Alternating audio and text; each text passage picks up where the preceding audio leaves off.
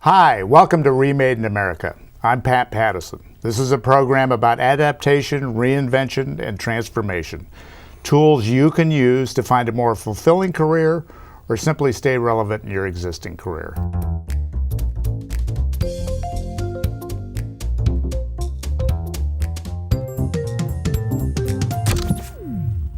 I've managed creative people all my life. So I kind of have a unique perspective. I don't know if you want to call it a bit of a liaison between the corporate world and the creative world. I kind of am one of those people that works in both areas well. So I know there's a practical end to living a creative life. You got to make money. You got to support yourself. People say life's too short. I say, no, it's too long, man. It's too long to wake up every morning unhappy, not having fun, not seeing what was around the corner, you know, and then going for it and having fun. That was a transformational, pivotal period where I realized I needed to make a change. Okay. And so you keep your eyes open and look for the opportunities that would be what makes sense for That a space shuttle orbiting engineer / tuba player would have. I mean, they're a dime a dozen. I tell people that I make comedy videos for the internet. And they say, tell me more. And I say that mostly they're for YouTube. But the question that I always get is, really? How do you make money from that? Yo, what up? Slipperman D in the house. Sup, D? Just hanging with my slippers on, waiting for your seat. Well, if you're waiting long. You can almost create a roadmap for people. So in a way, this becomes like a how-to. Very much. Now that distribution has been so democratized, it's really an amazing time to produce content that's usable. YouTube now is the second search engine. So when, next to Google, people watch how-to videos rather than read instructions. So I think we're taking that model and using it for people's lives.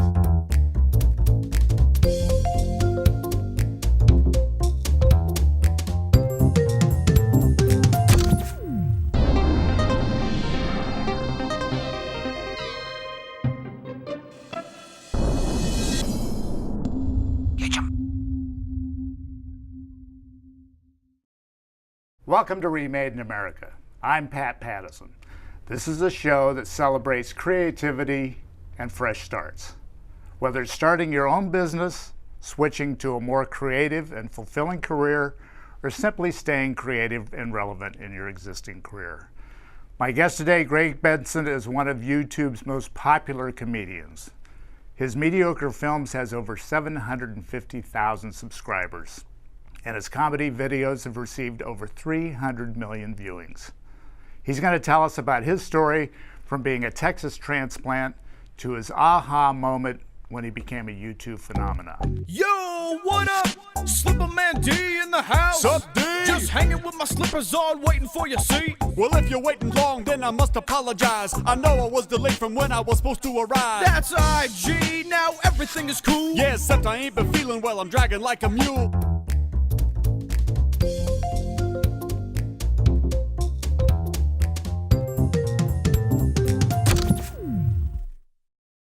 So Greg, welcome to the show. Thanks, Pat. Yeah. It's a pleasure to be here on the Charlie Rose Show. It's so dramatic. So I got to ask you, when you go to a party, or when you maybe met your future in-laws, how do you explain what you do for a living? Oh, it's easy enough. I tell people that I make comedy videos for the internet.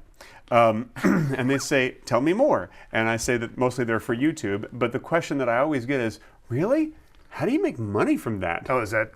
That's the question. Usually people want to know. Yeah. My teenager does comedy videos, but how does an adult make money doing this? That's usually the question. In fact, I don't know if there's ever been a time when I've started the conversation when that question hasn't come up. That hasn't been the main thing. Yeah. And so what do you tell them? I say, none of your business. How do you make money being an accountant? It's people don't really understand that YouTube is it is an ad-driven business. Right. YouTube is owned by Google. They place Google ads on the videos. They split the ad revenue with the video producers like me. Okay. That's the main way. But there are a number of other ways, which include doing branded videos with advertisers, doing director for hire work, actor for hire work, all sorts of things okay. like that. So there's a whole panoply of things to do. I don't know what the word panoply means, but give me a moment to look it up. Can you get my phone for me? Grab the phone I want for to just look that up. Google panoply, please, quickly. Can we use the word plethora instead? Plethora is perfect. Okay. We'll go for a larger, more accessible word. Plethora. This is delicious, by the way. What is this? This is called water. Oh, I love and it. We have And plenty of it. It comes out of a tap. It's free. When you started coming up with these ideas, what's the lineage? I mean, is it okay to call them prank videos? Well, one of the things I do are prank videos. Yeah, Okay. I do pranks, but I also do sketches, web series, parodies, music videos. It's all comedy. But lately, the main thing I've been doing has been prank videos. Pranks. And that's because those were the most popular, or you like them? They just sort of more? caught on. The first video that I ever had featured on YouTube was sort of a prank, and it's just, I've kept going from there, just doing them every once in a while, but lately it's the thing that I enjoy doing the most, and they seem to get the best views, so I continue doing them. I'm one of the only older guys on YouTube who's doing pranks. Oh, that's interesting. Yeah, most people on YouTube, they're in their teens or 20s. So I'm not. I'm in my 80s. So You held up well. I do look pretty well Yeah. for 87. Yeah. Not a day over 82. I normally hear. So yeah. So I guess you could say I'm the old guy doing pranks. Now, what kind of feedback do you get being of a different age than most of the other? It seems to work in my Is it favor kinda most of the unique? time. You know, some people say you're too old to make YouTube videos, which I don't get. In fact, I Yeah. even made a video called "You're Old," Right. you know, which addresses that. I don't really understand the whole idea of ageism when it comes to entertainment. Right. Because Right. is Will Ferrell too old to be making right. comedy movies? Yeah. I think it works in my favor because I'm a little more unique. Okay. And I think that I can get away with a little bit more than some of the younger kids can when they go and do Right. pranks. Right. Especially if I dress up in a suit. No one expects a regular looking guy like me, Right. you know, in a suit to Yeah. go and do something ridiculous. We're going to watch one of your first, I think, Greg Hits Hollywood. That was the first video that YouTube ever featured on the front page of mine. Wow. So set this up a little bit. Well, just on a whim, I thought it would be funny to go out to Grauman's Chinese Theater on Hollywood Boulevard with a microphone and a camera and interview people and hit them in the face with a microphone. Just to that's see the- the reactions. that's the hits. That's it. That's Greg the Hits hits. Hollywood. Yeah. Okay. Ernesto, pleasure to meet you. Where are you from? San Diego? Oh, you're from San Diego, and you having a good time out here? Sure. Oh, that's good. Chris Christophides. Oh, Chris Christophides. And what's your and what's your name? Evan Evagor. I'm sorry. What did you say it was? Evan Evagor. So wait a minute. It's Chris Christophides Yeah. and Evan Evergard? Yep.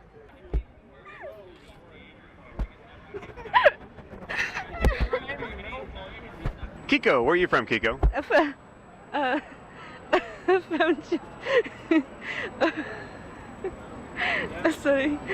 From Japan?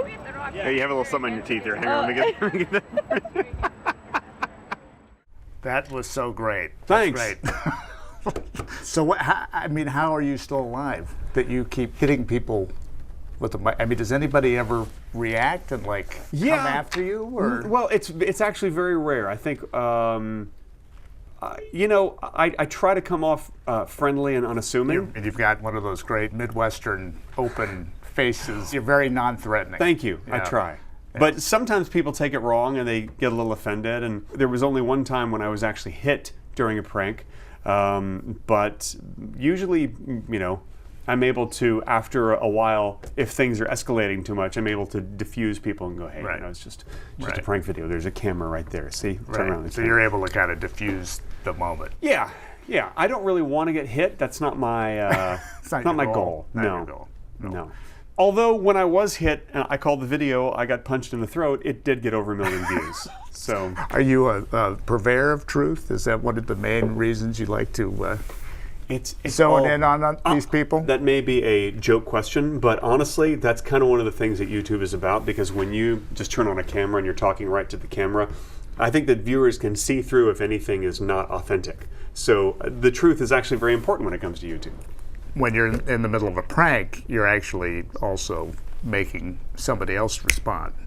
Well, you want to get the Truthfully. most authentic response that you can. They don't know the camera's around and they don't. Exactly. Yeah. Who were some of your idols or influences growing up to do this kind of work? Well, not necessarily for pranks, but for just comedy in general. I always loved the Marx Brothers. I always loved Monty Python's Flying Circus. That they were very influential. When I was a kid in the 70s, Steve Martin, his stand-up material was amazing, as was Richard Pryor, George Carlin. These are some of the people who I would just gobble up everything that they did. My first experiences with comedy were to memorize Steve Martin's routines and then do them again for my classmates, much to their dismay. Those were very funny. I loved them. Got to see him live a couple times back then, and you're very much a part of that lineage because he would just you just didn't know what to expect, and it was kind of scary. He was a goofy adult, which is what kind of opened my mind that grown men can be completely silly. That's terrific. Yeah. You know, the same with the Marx Brothers and Monty Python. There's a real silliness there that's important to their comedy. We talked a little bit about the lineage of this kind of video, Candid Camera. And Alan Funt on TV back in the 50s, and even those old Kermit Schaefer records, those Pardon My Boner records, if you remember those, back when they called them boners. Okay. They don't call them boners anymore. That's something different. Some of those words just Yeah. take on a new meaning. They take on a new meaning after a while. Although perhaps I should do a video now called Pardon My Boner, just to see how it does. See if it. Watch next week my prank video that's called Pardon My Boner. I did have an idea called Erection in Public, which I can't really do, because you never know who's going to be around, but I thought that would be fun. Yeah. I'm going to have some more of this delicious water. Your schooling and your training, you're from Texas. I am from Texas. I grew up in Dallas, went to school in Austin. How did you nurture this muse in college? Was acting? Or? Yeah, well, back in high school I was a thespian, and then in college I was a drama major, and so I would make a lot of films and little short films. I'd get involved with the radio, film, and TV department there and act in a lot of their stuff. I'd do a lot of plays. Got my first agent the senior year of high school, and then another agent through my college years, so I started doing commercials, training videos, industrials, things like that in Austin. But that was the start of my professional career. And was there a plan? I mean, was it?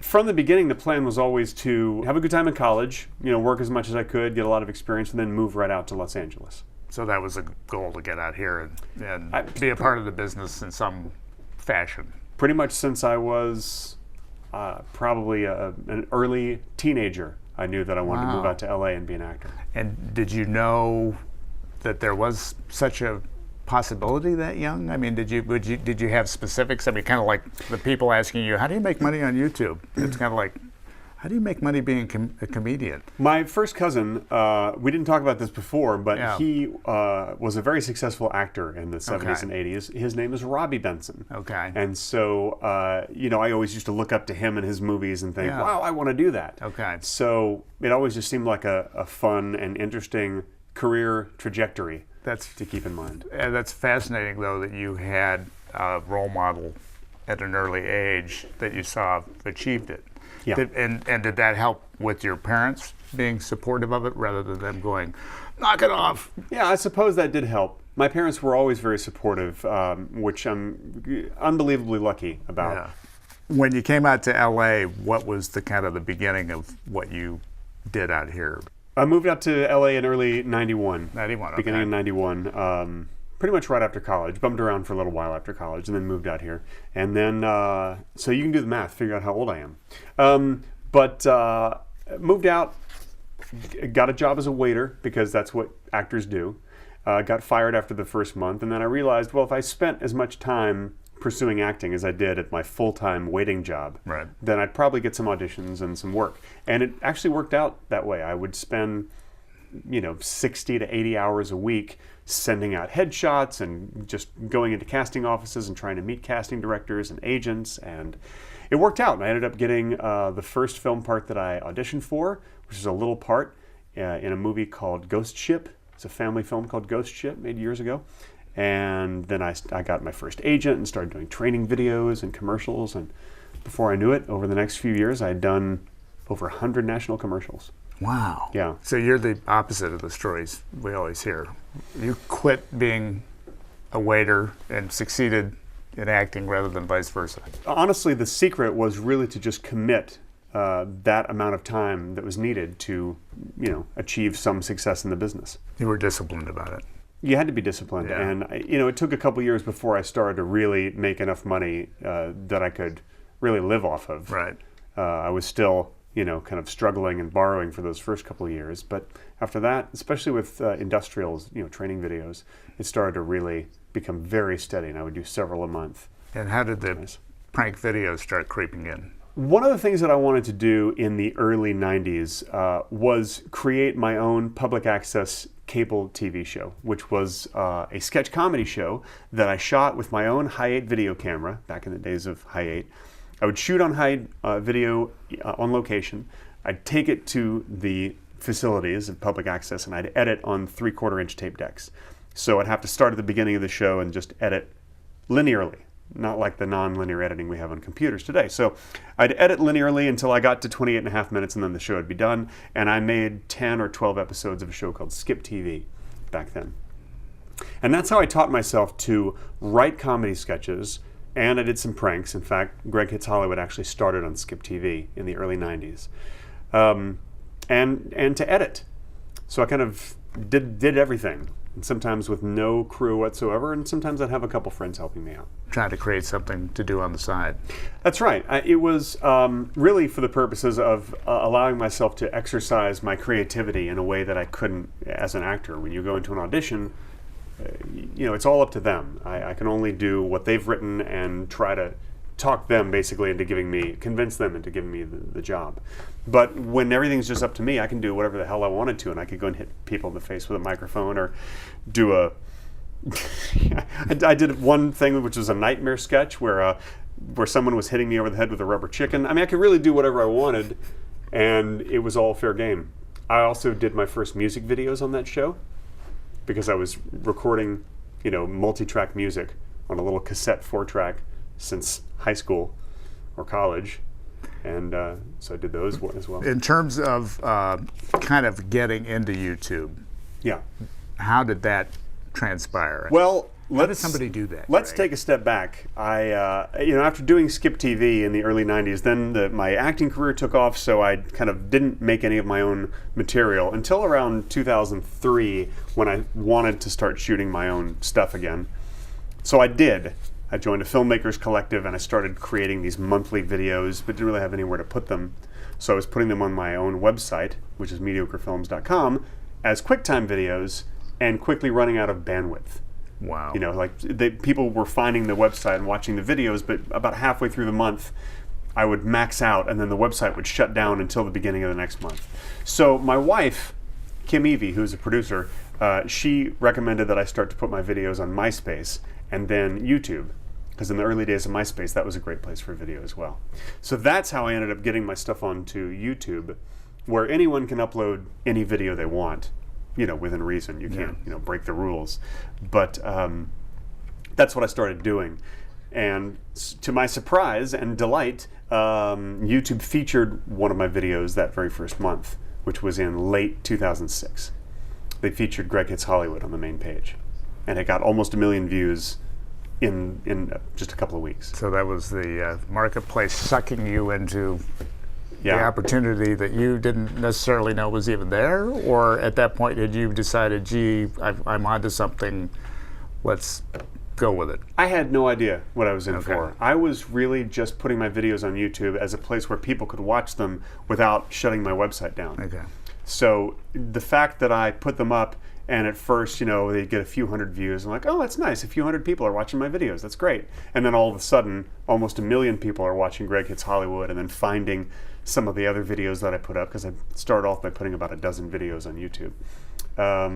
It was amazing. And then all of a sudden, because of that front page feature, I had my first few thousand subscribers who were waiting for my next video to go up.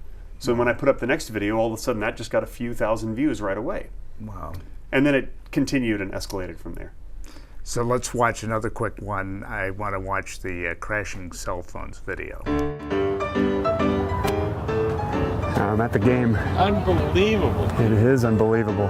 Oh, so is 6 o'clock a good time for Ted as well? Yeah, 6 o'clock is great for Ted. Just tell him to come on over then. Okay, good. Should I feed him first, or? Definitely. I don't want a hungry Ted coming over. After that, we're going to go up to the game and check it out. So. Yeah, me too. I'll probably check it out after the game. Huh?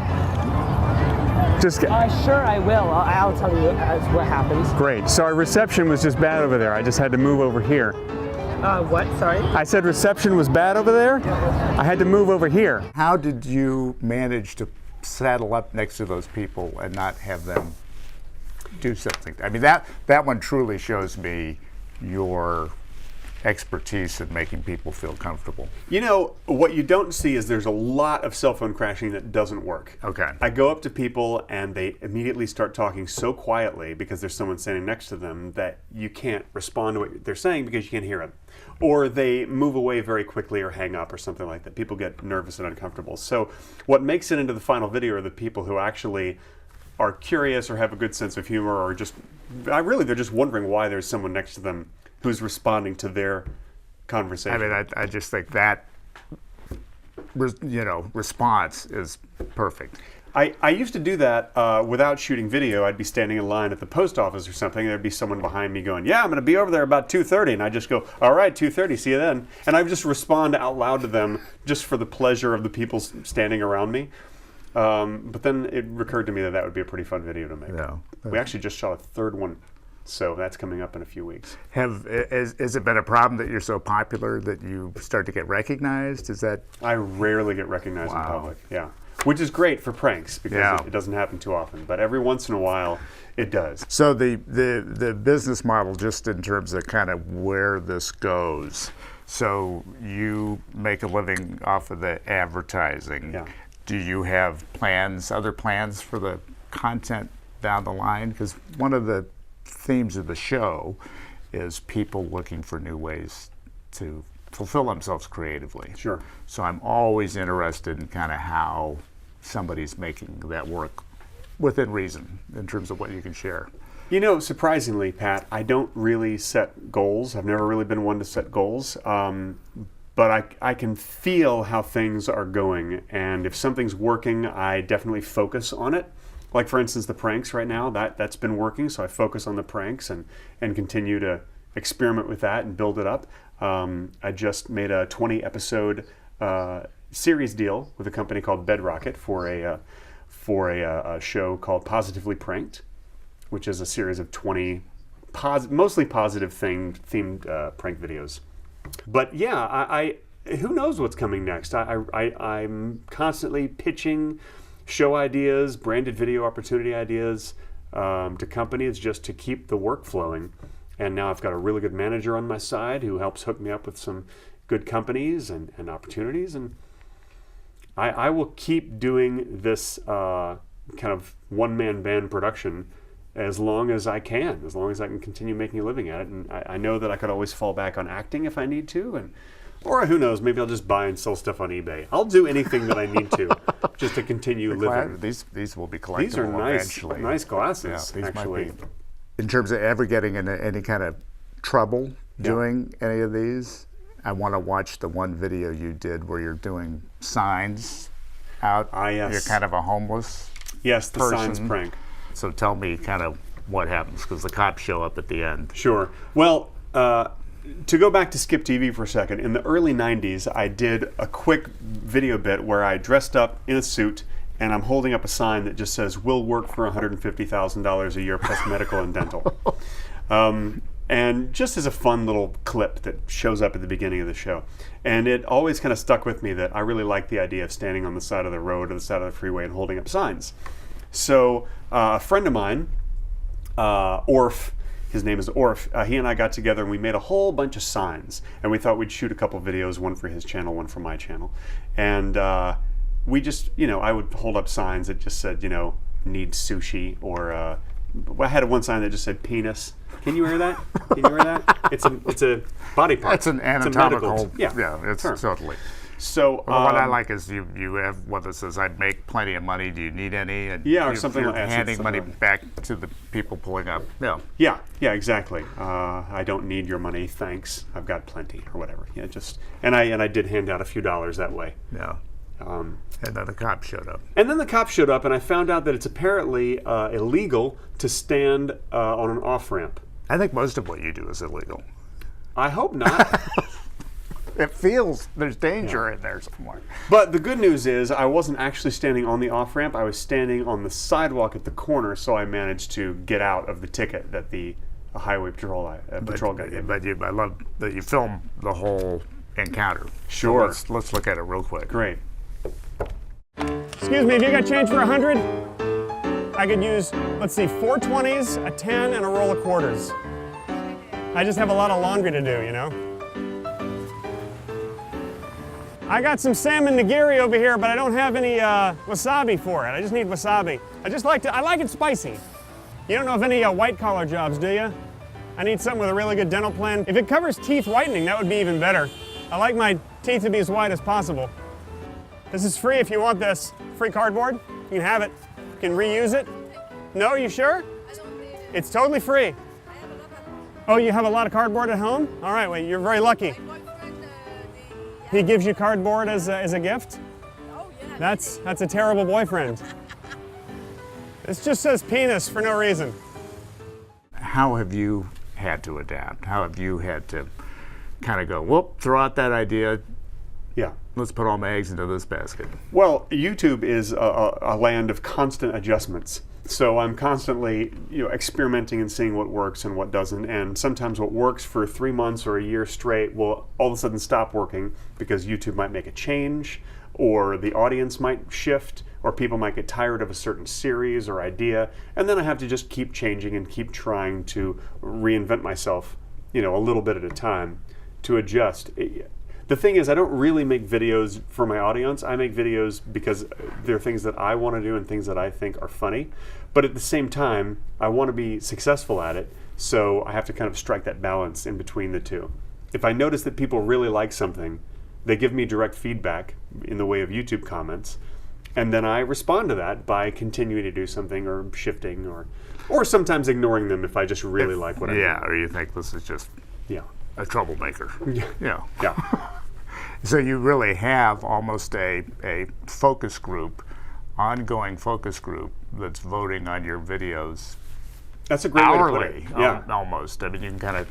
Exactly. That is a great way to put it. Yeah. Especially now with the analytics that YouTube provides, you can actually look at the engagement of a viewer throughout the video. You can see where viewers drop off. If you have a 4-minute video and people are dropping off at 2.5 minutes, you can see there's a bit of a dive at 2.5 minutes. You watch the video and you go, well, what is it about the 2.5 minute mark? Oh, I guess that's sort of where the joke is played out, or that's where things went from positive to negative, or something like that. Wow. And then you can adjust that way. So it's almost telling you how to edit.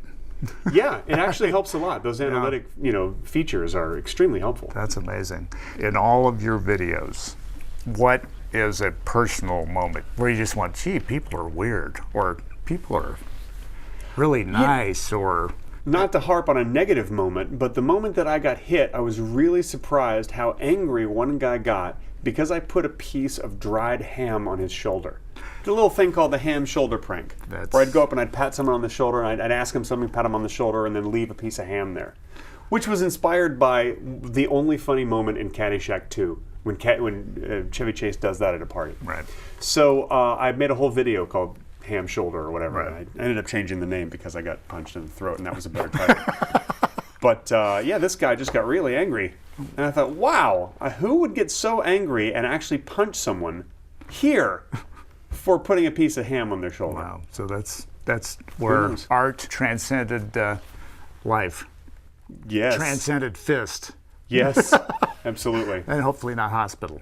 No, luckily he hit me here and not right here, which would be a terrible place to get hit.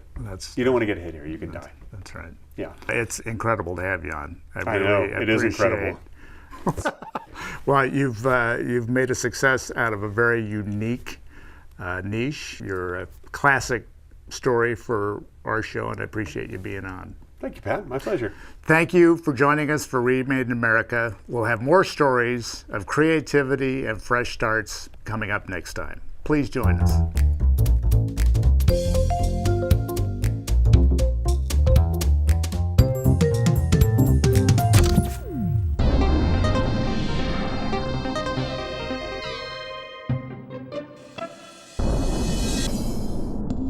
Get 'em.